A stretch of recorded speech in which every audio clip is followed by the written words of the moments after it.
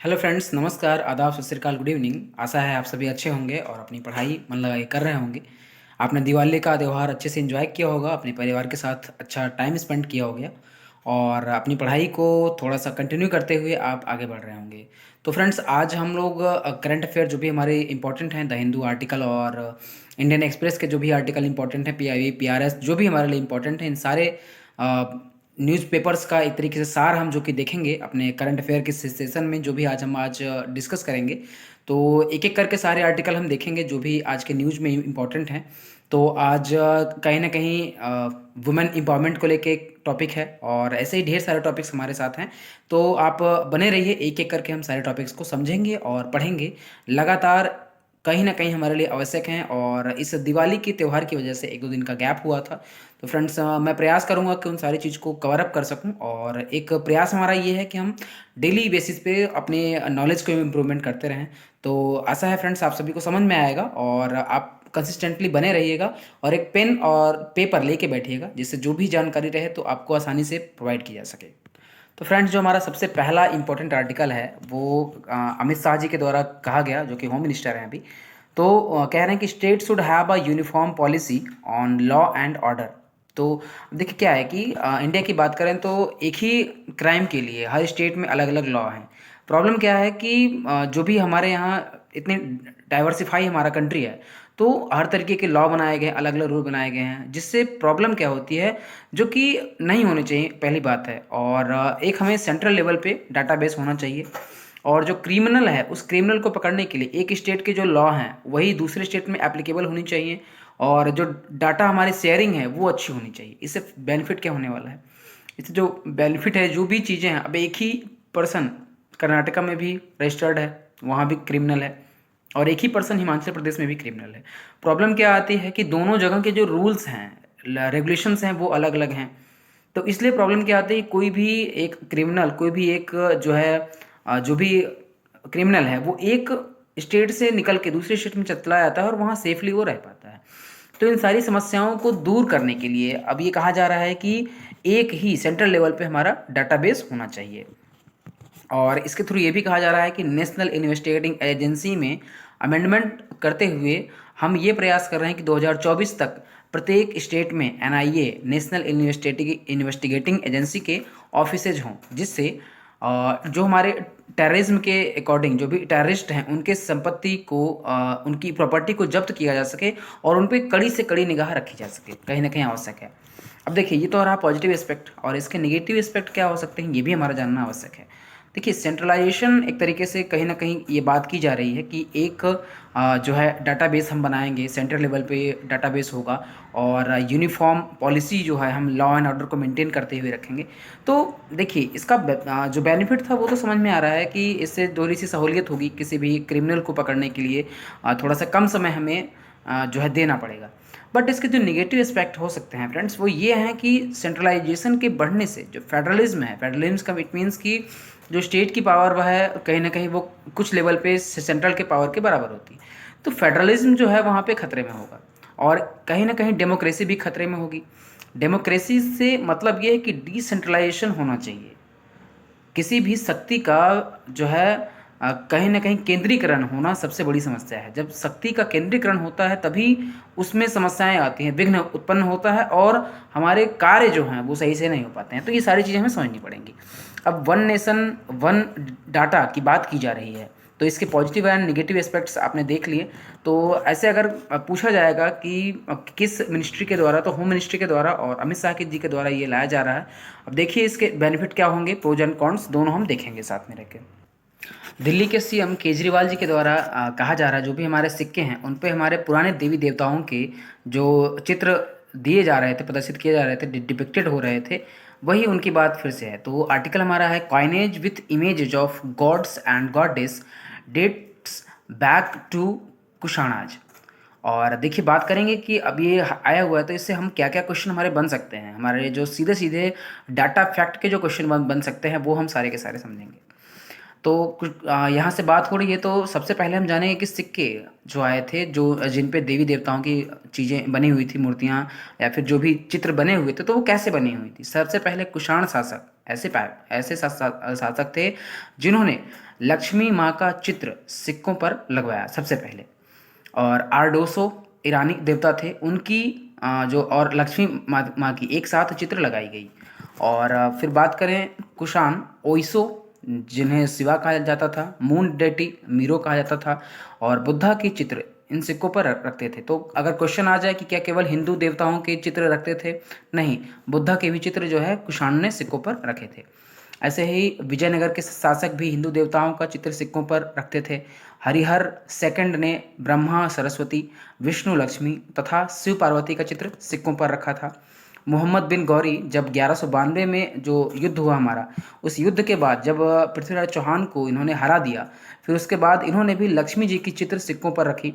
अब देखिए क्या है कि अगर आपसे क्वेश्चन पूछ लिया जाए कि क्या किसी जो हिंदू मुस्लिम जो मुस्लिम शासक थे, क्या उन्होंने किसी देवी या देवता का चित्र इस तरीके से लगाया किसी सिक्के पे डिपिक्टेड किया? तो हाँ, तो ये 3 टाइप के क्वेश्चन आपसे पूछे जा सकते हैं। ये आपके सीधे सीधे फैक्चुअल क्वेश्चन है, आपको याद रखने हैं। तो कहीं ना कहीं ये इंपॉर्टेंट क्वेश्चंस हैं। तो आप कुषाण शासक याद रखिएगा, विजयनगर के बारे में याद रखिएगा, और मोहम्मद बिन गौरी के बारे में याद रखिएगा। अगला आर्टिकल हमारा जो है वो तमिलनाडु के, और मतलब वहाँ के सीएम और वहाँ के जो गवर्नर हैं, उन दोनों के बीच में जो ताना बाना चल रहा है, जो उनका एक तरीके से वाद विवाद चल रहा है, किसकी पावर ज़्यादा है किसकी पावर कम है, तो इसी से रिलेटेड टॉपिक है हमारा लिमिट्स ऑफ प्लेजर। इसमें पिनरई विजयन जो कि तमिलनाडु के सीएम हैं, और आरिफ मोहम्मद खान जो कि वहाँ के गवर्नर हैं, तो दोनों के बीच में इस तरीके से तनातनी चल रही है। देखिए, तो यहाँ से हमारे लिए जो इम्पोर्टेंट है वो हम समझने का प्रयास करेंगे। हमारे लिए इम्पोर्टेंट है गवर्नर के पास क्या पावर है, गवर्नर की एलिजिबिलिटी क्या है, गवर्नर अपॉइंट होता है, इलेक्ट होता है, ये सारी जानकारी हमें लेना आवश्यक है, और यहाँ से हम इनको अच्छे से समझेंगे। तो पहले तो आप ये समझिए कि गवर्नर के पास ज़्यादा डिस्क्रिशनरी पावर नहीं होती है। ये प्रेसिडेंट के एड एंड एडवाइस पे वर्क करते हैं हमेशा से, और एक तरीके से इनको अगर माना जाए तो ये स्टेट के लिए नॉमिनल हेड या फिर कॉन्स्टिट्यूशनल हेड, इन दोनों के रूप में ये काम करते हैं। अब देखिए समस्या क्या आती है, सीएम और गवर्नर में कौन ज़्यादा पावरफुल है, ये हमें समझना जरूरी है। देखिए, सीएम जो होता है वो हमारे एमएलएज के द्वारा वो डायरेक्टली इलेक्टेड होते हैं हमारे सीएम, और जो गवर्नर होते हैं वो अपॉइंटेड होते हैं। तो जो ज़्यादा जो वरीयता दी जाती है, महत्वता दी जाती है, वो डायरेक्टली इलेक्टेड पर्सन को दी जाती है, जो कि सीएम होते हैं, इसलिए उनके पास ज़्यादा पावर होता है। अब स्टेट के, अब अगर मैक्सिमम पावर देखा जाए तो किसके पास? सीएम के पास। देखिए, जगह जहाँ कहीं पावर होता है तो पावर को रेगुलेट करना भी आवश्यक होता है। इस पावर को रेगुलेट करने के लिए गवर्नमेंट अपॉइंटेड होते हैं, ठीक है, गवर्नमेंट के द्वारा, मतलब जो है राय सलाह से लेके राष्ट्रपति के द्वारा अपॉइंट किया जाता है। तो ये सारी चीज़ें होती हैं। और सीएम के जैसे अगर सीएम का रिकमेंडेशन ना मिले, जैसे कई बार ये समस्या देखने को आती है कि मैं इस मिनिस्टर को हटा दूंगा, गवर्नर के द्वारा कहा जाता है, बट ऐसा हो नहीं सकता।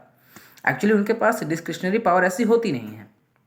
तो जो सीएम के रिकमेंडेशन के बिना किसी को भी हटाया नहीं जा सकता, किसी का भी जो भी एक तरीके से देखा जाए तो मिनिस्टर है। अब केरल के गवर्नर की, अब देखिए गवर्नर और एलजी दोनों के बारे में समझ लेंगे।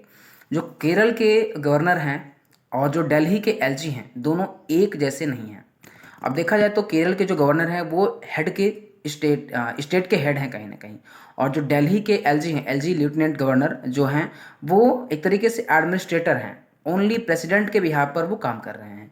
उनके पास जैसे कि केरल के गवर्नर के पास पावर है, उस तरीके से नहीं है। और देखा जाए तो एलिजिबिलिटी जो क्राइटेरिया रखा गया है वो बहुत अलग से क्राइटेरिया कुछ डिसाइड नहीं किया गया है। और एलिजिबिलिटी क्राइटेरिया ये है कि नॉर्मल सा व्यक्ति जो है सिटीजन ऑफ इंडिया हो, इंडिया का जो है नागरिक हो, और 35 ईयर्स ओल्ड हो। तो क्या है कि प्रेसिडेंट अपने अकॉर्डिंग किसी भी व्यक्ति को जो है वो जो है गवर्नर बना सकता है। तो ये सारे पॉइंट्स हमें ध्यान रखने हैं कि इसके लिए कोई अलग से क्राइटेरिया फिक्स नहीं किया गया है, जैसे कि सीजेआई के लिए किया गया है। तो उस तरीके से कोई राज्यपाल बनने के लिए कोई क्राइटेरिया फिक्स नहीं किया गया है। तो आगे से हम ध्यान रखेंगे कि किसकी पावर ज़्यादा है और कौन पावर को रेगुलेट करता है, किस तरीके से सारा कार्य होता है। तो आशा है कि आपको ये समझ में आया होगा। फ्रेंड्स, जो हमारा अगला आर्टिकल है वो तमिलनाडु को लेके है। तमिलनाडु एक गोइंग ग्रीन एक तरीके से स्कीम लेके आ रही है, ग्रीन कवरेज को बढ़ाने के लिए, जिसके अंदर बजट पेश कर रही है। तो इसके अंदर ये कह रही है कि वेटलैंड्स को बढ़ाएंगे, रामसर साइट्स को बढ़ाएंगे, और कहीं ना कहीं जो क्लाइमेट चेंज हो रहे हैं उसको सही तरीके से इम्प्रूव करने के लिए हम वर्क करेंगे, टेम्परेचर को कंट्रोल करने का प्रयास करेंगे। तो ऐसा हमें लगता है कि हर राज्य को, कहीं ना कहीं हर राज्य को ये प्रयास करना चाहिए कि हर राज्य अगर अपने अपने स्तर से इस तरीके का प्रयास करेगी तो बहुत अच्छा हो सकता है। तो आपको ध्यान रखना है, गोइंग ग्रीन कहाँ पे शुरुआत किया जा रहा है, तो तमिलनाडु में स्टार्ट किया जा रहा है। अब देखिए अगला हमारा जो आर्टिकल है वो आर्टिकल लिकर के सेल से है और लॉटरीज जो रन की जाती हैं उस पे है। तो आर्टिकल है, should government sell liquor and run lotteries. देखिए दो वर्ड होते हैं, पहले तो आप दोनों वर्ड्स को समझ लीजिए, sin goods and public goods. Sin goods जो होता है, देखिए जिसका इम्पैक्ट सोसाइटी और कंज्यूमर दोनों पे नेगेटिव पड़ता है। पब्लिक गुड ऐसे होते हैं जिनका पॉजिटिव होता है। तो अब देखिए प्रॉब्लम क्या है, कुछ लोगों का ये मानना है कि गवर्नमेंट को लिकर के सेलिंग में बिल्कुल नहीं पड़ना चाहिए, कुछ लोगों का कहना है कि गवर्नमेंट को बिल्कुल ही बैन कर देना चाहिए। दोनों ही तरीके से गवर्नमेंट नहीं जा सकती। गवर्नमेंट अगर इस का देखा जाए इन इंडस्ट्री में नहीं रहेगी तो कहीं ना कहीं जो प्राइवेट सेलिंग अगर एक तरीके से है तो वो ज़्यादा होगी और सप्लाई को रेगुलेट कोई और करेगा। तो ये गवर्नमेंट के लिए सबसे बड़ी समस्या होगी। तो सप्लाई को रेगुलेट करने के लिए भी गवर्नमेंट को इसमें हमेशा अवेलेबल रहना पड़ता है। अब इसे कुछ लोगों ने कहा कि नहीं गवर्नमेंट को बैन कर देना चाहिए। देखिए बैन कर देना हर चीज़ का प्रॉब्लम, हर चीज़ का सॉल्यूशन नहीं है। अगर इंडिया की बात करें तो ये बिल्कुल सच बात है कि रिवेन्यू कलेक्शन जो है सबसे ज़्यादा जो होता है हमारे लिकर से होता है। तो ये भी समस्या की बात है कि रिवेन्यू कलेक्शन कैसे होगा। अगर दिल्ली की बात करें तो जब कोविड का टाइम चल रहा था 1+1 की स्कीम एक तरीके से लाएगी, तो कहीं ना कहीं ये समस्या है, रिवेन्यू जनरेशन का जो समस्या है वो इंडिया में है। तो आप ये नहीं कह सकते कि बिल्कुल ही बैन कर देंगे। और जो अगर देखा जाए तो यहाँ पे हम क्या कर सकते हैं, जो हमारे पास सॉल्यूशन है, हम अवेयरनेस जो है कर सकते हैं। अवेयरनेस के लिए पब्लिक कैंपेनिंग अच्छे लेवल पे कर सकते हैं। देखिए डोर टू डोर जाके समझाना होगा, समझाने के बाद ही ये समस्या हट सकती है। जैसे लोग कहते नहीं है कि उसने अपने घर बार और जो भी चीज़ें हैं बेच दी। तो एडिक्शन जब एक होता है ना कि अल्टीमेट लेवल पे होता है तो व्यक्ति कुछ भी कर सकता है। तो ये सारी समस्याएं देखने को मिलती हैं। तो यहाँ से आपके सॉल्यूशन के अगर लेवल पे देखेंगे, सॉल्यूशन के नज़रिए से देखेंगे तो अवेयरनेस कैंपेन चलाए जा सकते हैं, पब्लिक कैंपेनिंग की जा सकती है बड़े लेवल पे, जो कि डोर टू डोर घर से घर तक पहुंच सके, गांव हो या शहर हो। सिन टैक्स जो भी है उसे इस लेवल तक बढ़ा दिया जाए जिससे कि लोगों के लिए खरीदना एक तरीके से मुश्किल सा होने लगे। अगर 100 रुपये का, अगर एक व्यक्ति एक दिन में 100 रुपये कमा रहा है तो अगर वो लिकर खरीदने जाता है तो उससे 50 से 60 रुपये तक का लिकर ही प्राप्त हो, तो कहीं ना कहीं उसके दिमाग में आएगा कि यार बहुत ज़्यादा टैक्स लग रहा है तो मैं नहीं खरीदता हूँ। तो कहीं ना कहीं ये चीज़ें बेनिफिशियल हो सकती हैं। तो आप भी इस बारे में सोचें कि क्या सॉल्यूशन हो सकते हैं इसके लिए। तो फ्रेंड्स हमारा अगला टॉपिक है, कहीं ना कहीं ये बहुत बड़ा लैंडमार्क डिसीजन रहा है और काफ़ी हद तक वुमेन एम्पावरमेंट को बढ़ाने की ओर एक तरीके से समझने वाला टॉपिक है।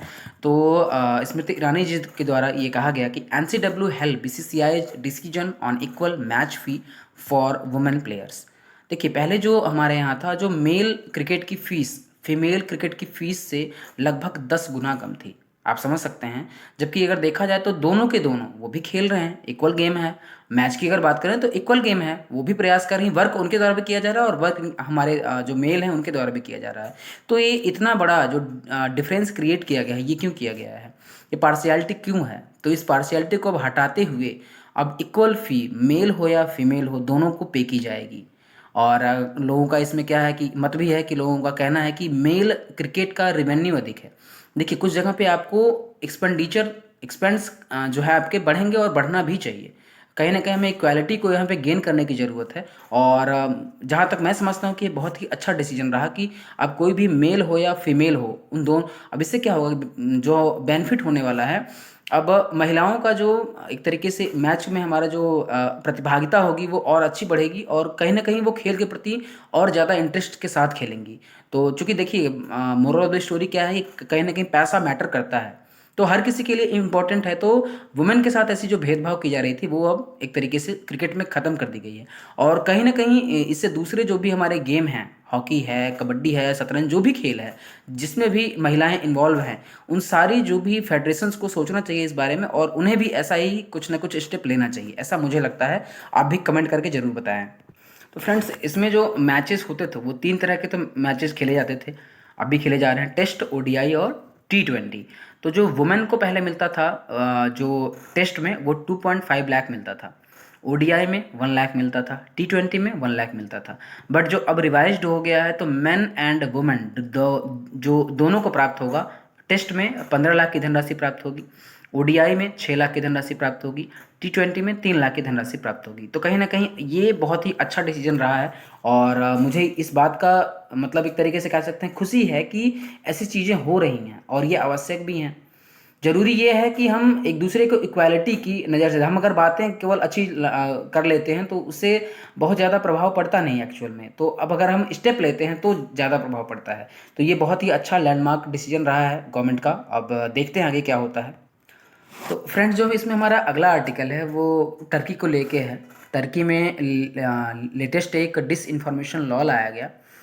तो इस लॉ के अकॉर्डिंग अगर कोई मीडिया यूजर या फिर जर्नलिस्ट जो कि डिस इन्फॉर्मेशन को स्प्रेड करता है या फिर किसी भी मिस इन्फॉर्मेशन को स्प्रेड करता है तो उसे 3 साल तक की सज़ा हो सकती है।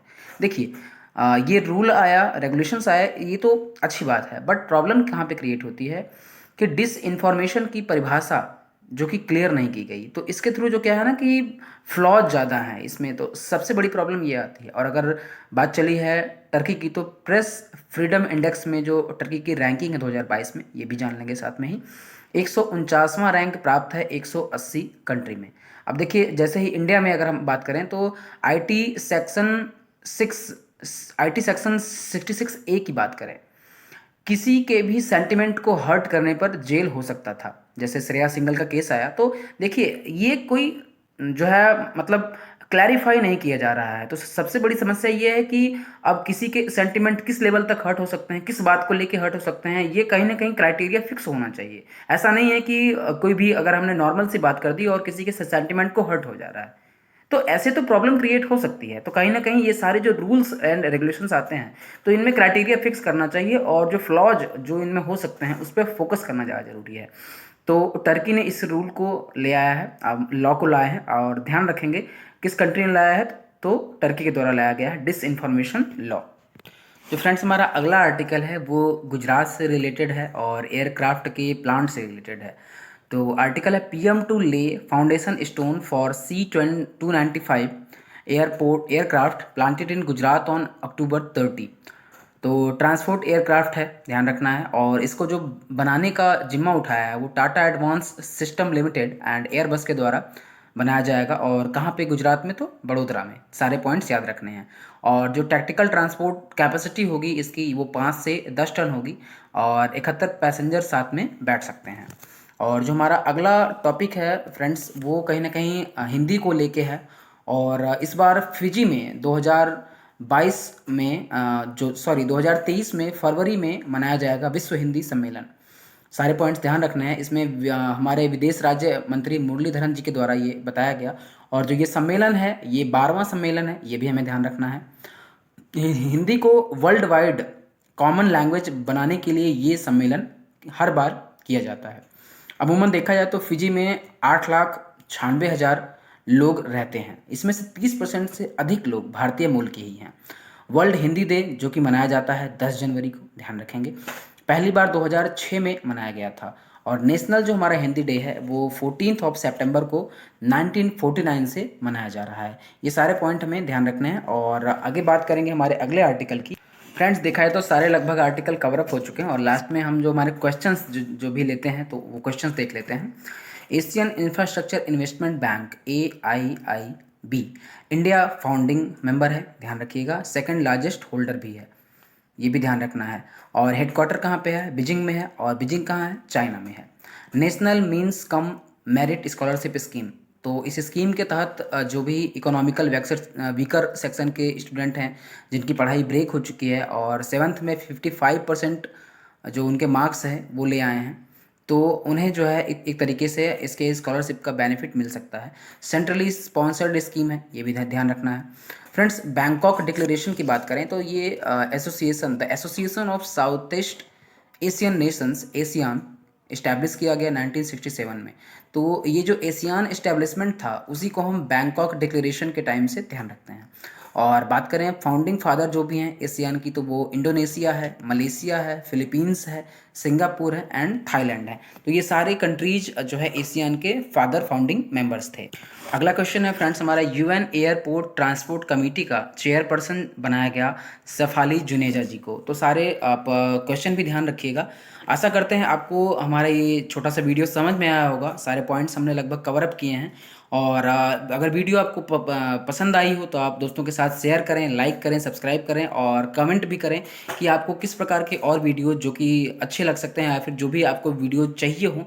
हम प्रयास करेंगे, हमारा ये प्रयास है कि हम अच्छे से अच्छा और बेहतर कंटेंट आपको प्रयास अपने दे सकें। और हमारा यही लक्ष्य भी है कि हम एक दूसरे की सहायता के साथ अपनी पढ़ाई को कंटिन्यू कर सकें। तो आशा है फ्रेंड्स आप सभी अपनी पढ़ाई अच्छे से कर रहे होंगे और मिलते हैं फिर नेक्स्ट वीडियो में। जय हिंद, जय भारत।